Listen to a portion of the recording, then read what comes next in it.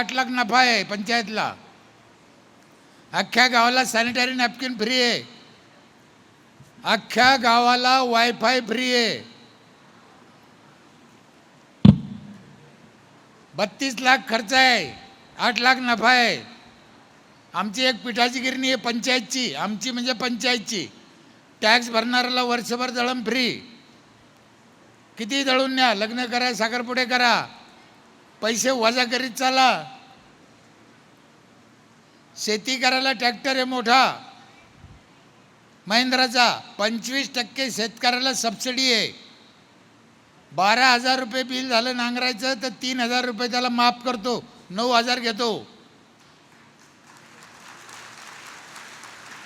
शेतकऱ्याला शेती करायला सबसिडी देणारी पहिली पंचायत आहे भारतातली.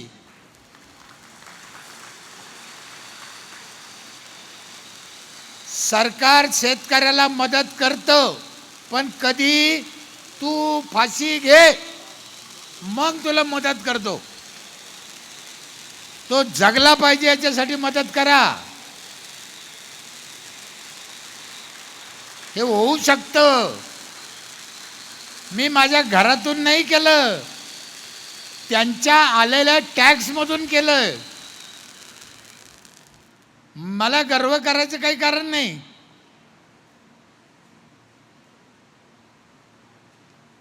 तुम्हाला जसं म्हणलो बाहेरचं खाऊ नका, मग आम्ही विचार केला बाहेरचं खाऊ नाही, मग महिलांनी काय करावं.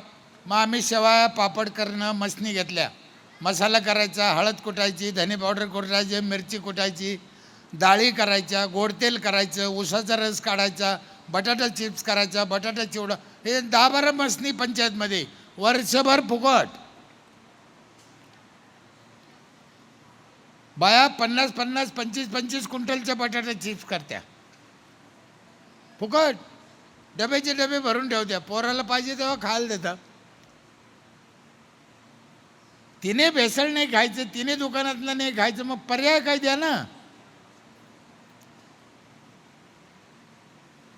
खूप गोष्टी अशा, खूप. 40 म्हाताऱ्याला जेवण काय पाहिजे. हे होऊ शकतं, याच्यात काही अवघड नाही आहे. 40 CCTV कॅमेरे आहे माझ्या गावात. आज नाही, 15 वर्षापूर्वी लावले. अख्खं गाव दिसतं. बाई घराच्या बाहेर निघली पहिले पदर घेते, नाही तर त्या मेल्याला ऑफिसात दिसतं. जेवढे सरकारी कर्मचारी आहे सगळ्याला थंब. एका गावाला मिनिमम 30 कर्मचारी असते. 30. 50,000 पगार धरला तर सरकार पगार किती देतं त्याला, कोणासाठी देतं आम्हाला त्याचे आडनाव माहीत नाही. काय करेन सरकार. सरकारच्या अनेक गोष्टी चांगल्या आहे, आम्ही वाईटावरच बोट ठेवतो. सरकार काय उपकार नाही करीत आपल्यावर, पण जे चांगलं आहे त्याचा तर फायदा घ्या. जे वाईट आहे ते जाऊन त्यानंतर पाहू. किती योजना आहे सरकारच्या. तुम्हाला गावात कोणतंही काम करायचं, नीट आहे का, तुम्हाला गावात कोणतंही काम करायचं तर तुमचे पैसे टाकायची गरज नाही. त्या कामाला सरकार पैसे देतं. एवढे योजना आहे. काही बी करा तुम्ही, मग तुम्हाला पैसे कुठे लागते. फक्त इमानदारीने अक्कल लागती. मी माझ्या गावात चांगलं काम केलं म्हणून मला 6 कोटीचे पुरस्कार मिळाले. काय करीन सरकार.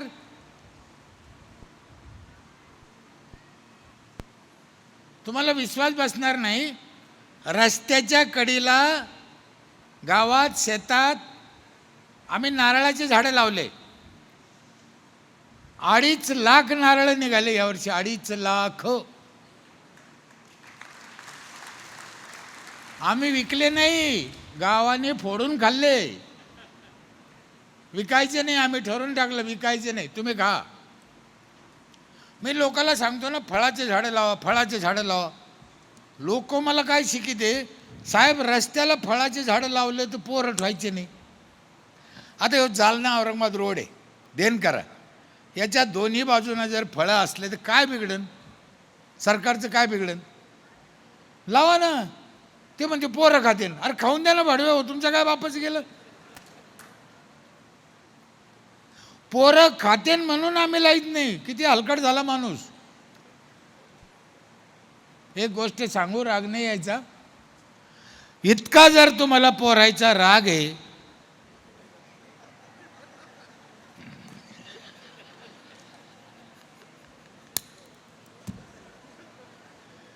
एवढा कुटाणा केलाच कशाला? काय गरज पडली? खाऊन द्या ना. आपल्या लेकरांनी फळं तोडून खाल्ले, आनंद व्हायला पाहिजे. खाऊ द्या. इथून पुढे फळाचे झाडं लावा. कोण खातं याचा विचार करूच नका तुम्ही, लावा ना. सगळ्या शेताला रोड आहेत, सेपरेट सप्टेशन आहे गावाला, 24 तास वीज आहे. वीज बिल थकबाकीत नाही, बँकेचं लोन थकबाकीत नाही. 32 एकर गावची जमीन आहे, 100% कोरडो होती, आज 100% बागायत आहे. काय पाहिजे गावाला? गावातले रस्ते चकचक आहे, गावात अतिक्रमण होऊच शकत नाही, एवढी सिस्टम बसवलेली आहे. गौंडी पंचायतचे, गौंडी लायसनधारक आहे, विना परवानगी घर बांधताच येत नाही. माझ्या इथे गावात भीक मागायला कोणी येऊ शकत नाही, विकायला कोणी येऊ शकत नाही.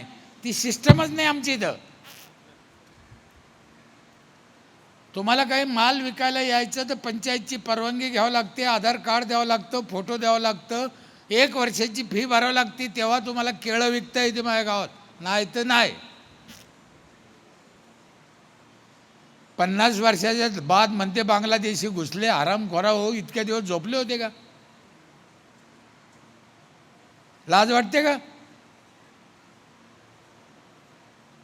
कसा घुसतो बांगलादेशी? तुम्ही काय करत होते मग? प्रॉब्लेम करून ठेवायचे, समाजाला जगाला वेठी धरायचं. बस झाले हे धंदे. सिस्टम बनवा चांगली,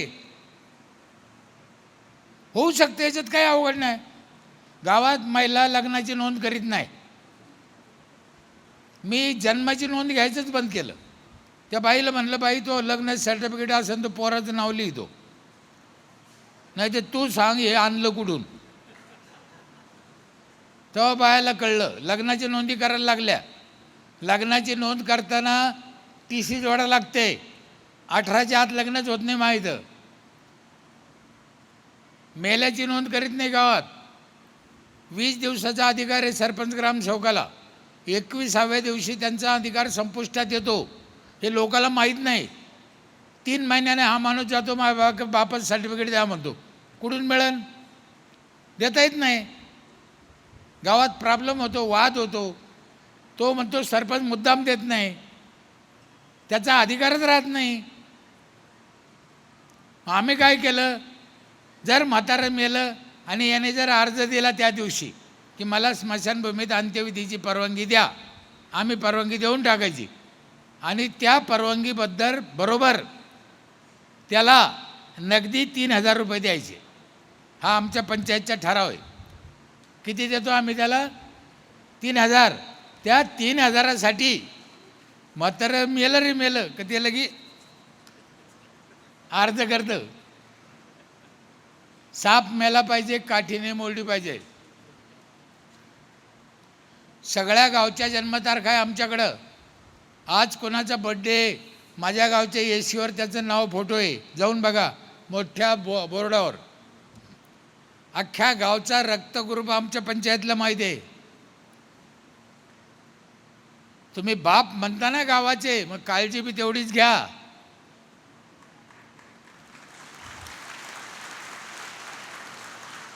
सरपंच ग्रामपंचायत ही जागा अशी आहे,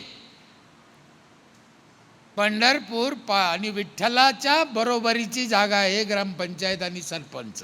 जर त्याला त्या लायकीचा असला तर तो विठ्ठल कमरेवर राहते, काढीत नाही. या विठ्ठलाचे हात 24 तास मोकळे. जे का रंजले गांजले त्याच्यासाठी आहे. यारे यारेला आणतो सगळ्यासाठी आहे. हाच खरा विठ्ठल आहे. हे जोपर्यंत म्हणून तुकडोजी महाराजांनी सांगितलं, कशाला फिरतो व्यर्थ, तुझं गावच नाही का तीर्थ. म्हणून अब्दुल कलाम साहेबांनी सांगितलं, गावोगाव जा, लोकांच्या पाय पडा, लोकांची विनंती करा, लोकांचे गावं चांगलं व्हायसाठी प्रयत्न करा. आत्तापर्यंत 1000 गावात गेलो. किती गावं चांगले झाले हे महत्त्वाचं नाही. आम्ही सांगितलं आम्ही कोरड्यात फिरू राहिलो. आज ना उद्या त्याला उगणंही उगणं आहे. तुम्हाला शेवटचं एक वाक्य विचारतो आणि माझं आटपितोय. खूप वाजले.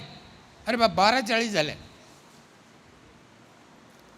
आपण महात्मा गांधीची जयंती कधी साजरी करतो? 2 ऑक्टोबर. डॉक्टर बाबासाहेब आंबेडकरांची, वा. छत्रपती शिवाजी महाराजांची, वा. पोरं लय हुशार आहे ना. आणि आपल्या आज्याची,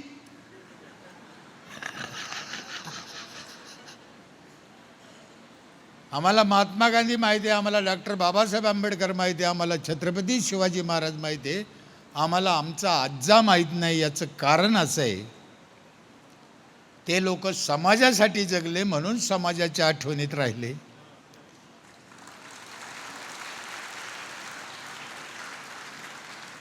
आमच्या आज्यानं ग्रामपंचायतचा टॅक्स बुडीला. आमच्या आज्यानं पोराची शाळाची फी नाही भरली. आमच्या आज्यानं कचरा दुसऱ्याच्या दारात नेऊन टाकला. आमच्या आज्यानं नळाला तोटी नाही लावली. या भाडव्याला कोण ध्यानात ठेवीन? हे आलं तर मेलं ना. मग आता तुम्ही ठरवायचं की आपण कसं वागायचं. का दुसऱ्याच्या दारात कचरा टाकता? का घराच्या पुढे अतिक्रमण करता? आम्हाला रस्त्यातले काटे वेचायचे सांगितले, अतिक्रमण करायचं नाही. या जगात एकदा जन्माला आलो, एकदा मरायचं आहे. चांगलं जगा, चांगलं राहा, चांगलं खा, दुसऱ्याला पण जगू द्या. 29 वर्ष झाले या कॉलेजला. यांनी शून्यात रोप लावलेलं होतं, 0. सांगितलं प्रास्ताविकामध्ये, एका गोडाऊनमध्ये चालू केलं म्हणे. आज हा वटवृक्ष वैकुंठ बनलं. गोरगरिबाच्या कल्याण, पोरायचं कल्याण होतंय. खरं सांगा, त्या दिवशी तुम्हाला हे वाटलं होतं का? नाही. पण होऊ शकतं. फक्त तुमची मेहनत पाहिजे, तुमची इमानदारी पाहिजे, समाजाप्रती तुमची निष्ठा चांगली पाहिजे. परमेश्वर तुमच्या हातून सगळं करून घेतो. पुन्हा एकदा या कॉलेजला, मॅडमला माझ्या मनापासून शुभेच्छा आहे. त्या शुभेच्छा यांच्यासाठी नसून यांच्या हातून गोरगरिबाचं कल्याण व्हावं त्याच्यासाठी आहे. पुन्हा एकदा मला इथं बोलवलं, आदर सत्कार केला, त्याबद्दल आपल्या सगळ्यांचे मनापासून आभार. माझी लायकी नसताना आपण ऐकून घेतलं. चुकीचा शब्द गेला असेल तर कान धरून माफी मागतो. इथंच थांबतो. जय हिंद, जय महाराज.